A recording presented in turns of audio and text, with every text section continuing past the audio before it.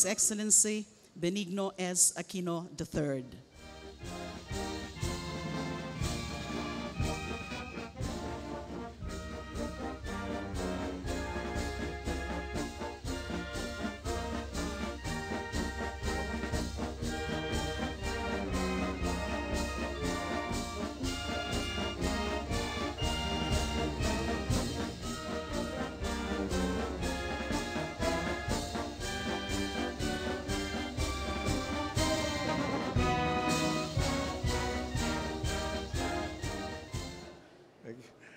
Sige, Naila. Thank you.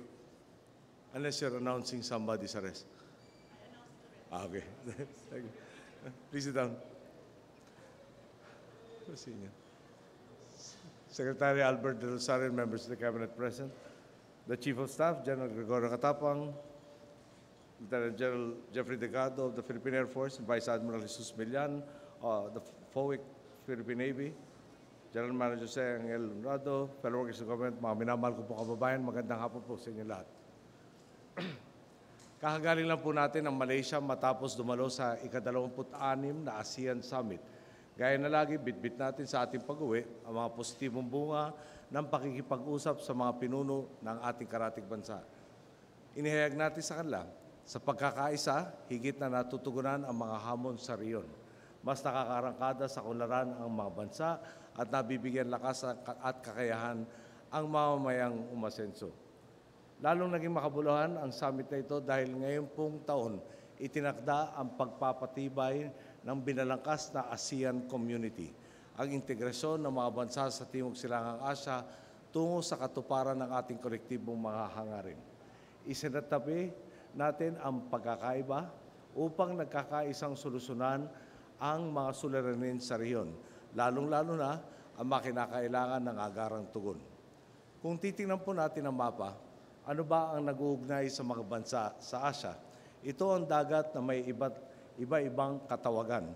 South China Sea sa karamihan, East Sea para sa Vietnam, at sa bahagi naman ng Pilipinas, ito po ang West Philippine Sea. Sa kasalukuyan, lalong tumitindi ang usapin ukol sa pag-angkin sa nasasakop nitong teritoryo dahil sa mga aktibidad ng bansang China. Kaya naman isa po sa naging pakay natin sa ASEAN Summit ay ang publikong mahihayag ang ating salubin ukol sa nasabing issue. Binalikan natin ang punot dulo ng usapin at tinilatag kung ano ang maaaring gawing tugon bilang isang komunidad. Marami na pong dekada na pinagtatalunan ang pagmamayari sa mga features tulad ng Spratlys Island. Noong taong 2002, nagkaroon ng pag-uusap ang mga miyembrong estado ng ASEAN at ang China upang ayusin ang tensyon.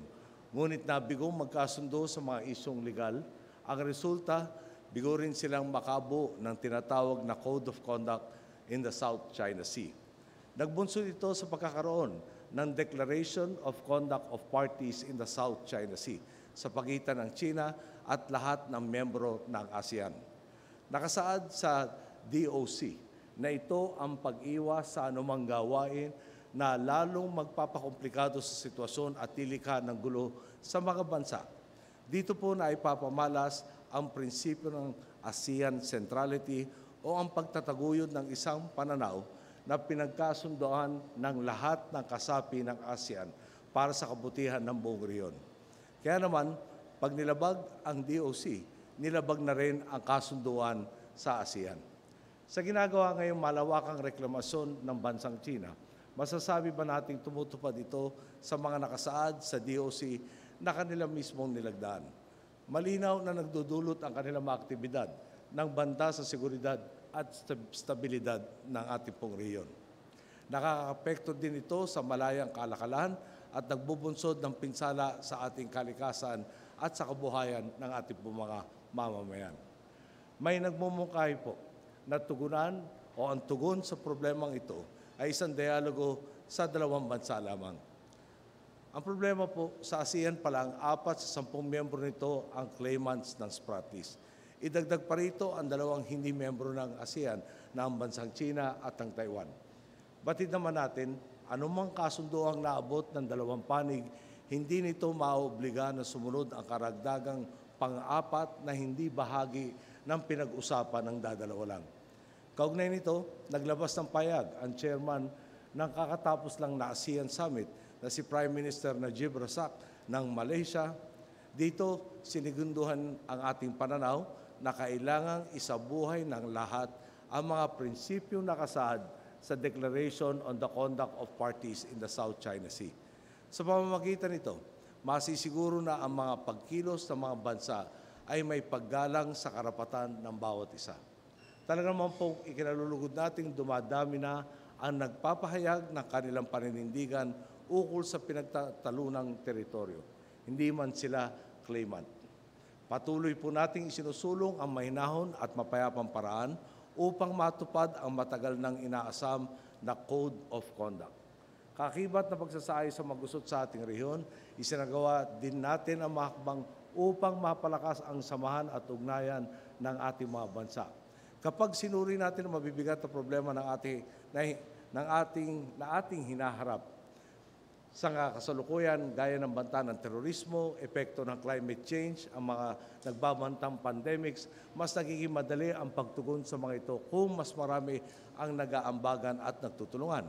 Isa nga po sa napag-usapan sa summit, imbis na isa-isang mag-abot ng ayuda, kolektibong maghatid ng tulong ang ASEAN sa Nepal matapos itong yanigin ng malakas na lindol. Di po ba't kapag pinagsama ang kakayahan ng bawat bansa at nagbuklod ito para sa isang adhika, di hamak mas malaki ang magagawa. Pagkatapos ng ASEAN Summit, nakilahok naman tayo kanina umaga sa Brunei, Darussalam, Indonesia, Malaysia, Philippines, East ASEAN Growth Area o yung tinatawag na BIMP-IAGA Summit. Pinag-usapan dito ang mga paraan kung paano pa mapapaunlad ang rehiyon. Mayroon tayong tinatawag na focus area sa bawat bansa na di gaanong nakakasabay sa kaunlaran.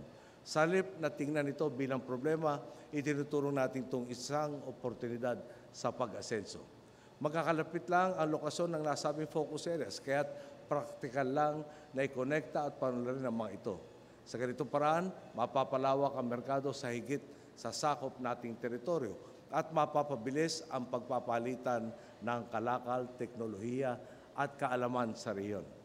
Habang nasa Malaysia, nakipagpulong po tayo din sa Prime Minister ng Vietnam na si kagalang-galang Nguyen Tan Dung para mapalawig ang ating bilateral relations.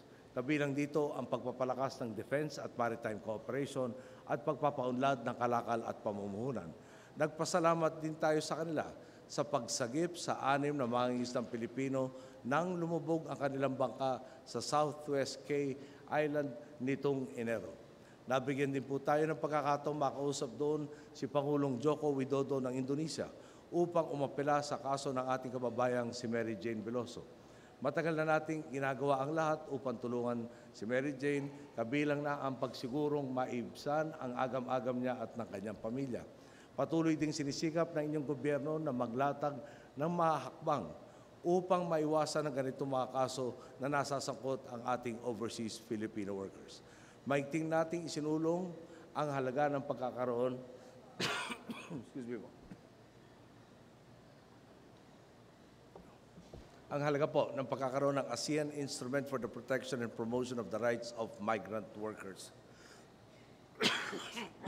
Sinuportahan din natin ang pagtangkilik sa ASEAN Convention